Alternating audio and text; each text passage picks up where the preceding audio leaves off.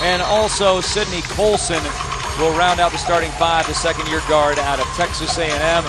And Takashi and Appel ready to jump things up at the center circle. Glad you could join us here locally in Seattle on Kong TV, also around the country on NBA TV, as well as WNBA Live Access. Takashi against Appel. Mano y mano. Fadeaway for Ramu, no good. Rebounded by Perkins. Olsen to bring it up.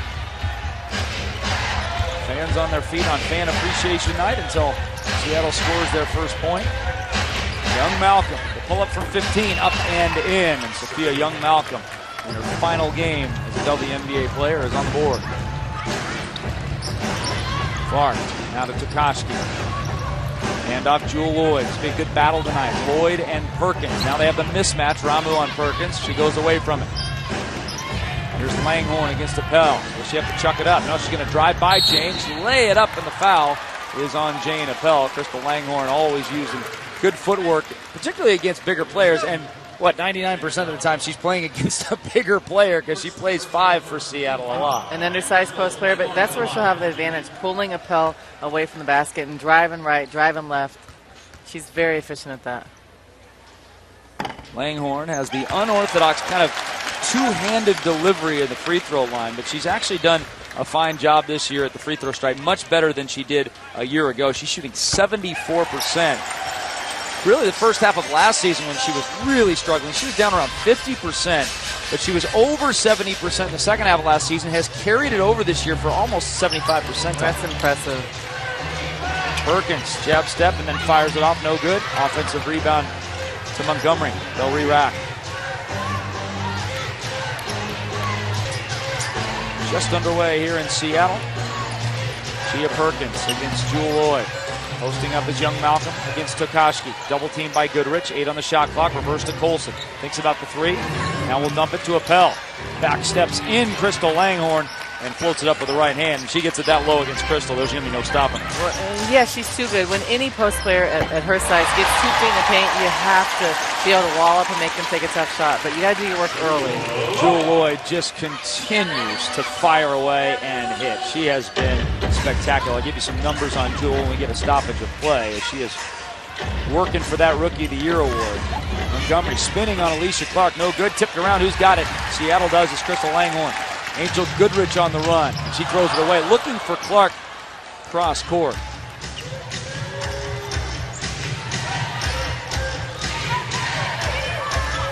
Colson against Clark. Wide open to Montgomery. Back to Appel. Feeds Perkins. A good three-point shooter, and she shows it right there. Gia Perkins strikes, averaging 14 points on the season. Well, Appel missed the high-low because Goodrich was stuck on one of the players down low. So luckily she did not see that because that's something they did well in the past.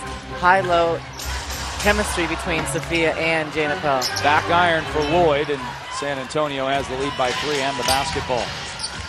Kick it, 3 ball in the way. Montgomery off the rim, tipped around. Lloyd tries to track it down, but it looks like it'll be Seattle basketball anyway. Jewel Lloyd, first 8 games of the season, she was really getting acclimated. Only shot 28% from the field. She was 0 for 12 from three-point range. Since then, she has been at over 15 points a game for really the last 3 quarters of this WNBA season, with a field goal percentage in the mid-40s. Well, and that's impressed me, but even more so the free throws. Oh, to be 5 of 18 in the beginning to miss your few free throws and be in the 90%, that's incredible. With a good free throw night tonight, she will be only the third rookie in history with a 90% or better free throw percentage, joining Sue Bird and Elena Deladon. They talk about Hall of Fame caliber list right there with Sue Bird and Elena Deladon. And I think that ranks her in the NBA or the WNBA. That's right. So that's impressive. I mean, she's money at the free throw line. Tokoski has it in a 9-6 Stars advantage. Off to the left, no good. Rebound Perkins. San Antonio on the push. Here comes Montgomery. Feeds back to Colson. 6:25 left in the first quarter. Posting up is Young Malcolm. Now Appel. There's the high-low you were talking about. It works to perfection, but can she put it in? No. Sophia got hit a little bit, but she has to convert on the shots. But you're right. Jane Appel does a great job of passing it for a big girl, and they're very good at the high-low because Sophia's always working for position. Whoa, Alicia Clark gets a forearm shiver to the forehead as she goes out of bounds. A little extra aggressive by Alex Montgomery. So Jewel Lloyd to inbound. And Goodrich to start the offense. Big screen from Crystal Langhorne. Goodrich with the step through. Beauty right there. Gets through Montgomery and Appel to lay it up and in. The last couple games, Goodrich has been making some noise. It's starting now, getting their opportunities. This is a tough game for players. You know you're not making the playoffs. It's the end of the season. You're thinking about leaving, going overseas. It's very hard to focus in a game like this. Now we see why Jane Appel has only scored 9 points but has pulled down 46 rebounds in the last 6 games. She didn't even look to put the ball back up after that rebound, and she was 2 feet away from the basket. Here's young Malcolm, no good. And Alicia Clark comes up with the rebound.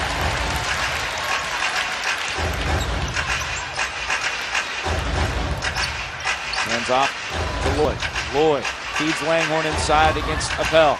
Working on Appel. There's the fancy footwork. Off the left hand glass. Crystal Langhorne going to that strong hand. Very difficult move. Very difficult, and it's great footwork, and it's a little bit of a fadeaway, tough to guard. She's so good inside with multiple moves. 10-9 Seattle. Montgomery from 3. She stripes it. I really like Alex Montgomery. I wish Alex Montgomery could stay healthy for a long stretch of time. She's got a lot of injury problems. She missed 21 games this year with a knee injury.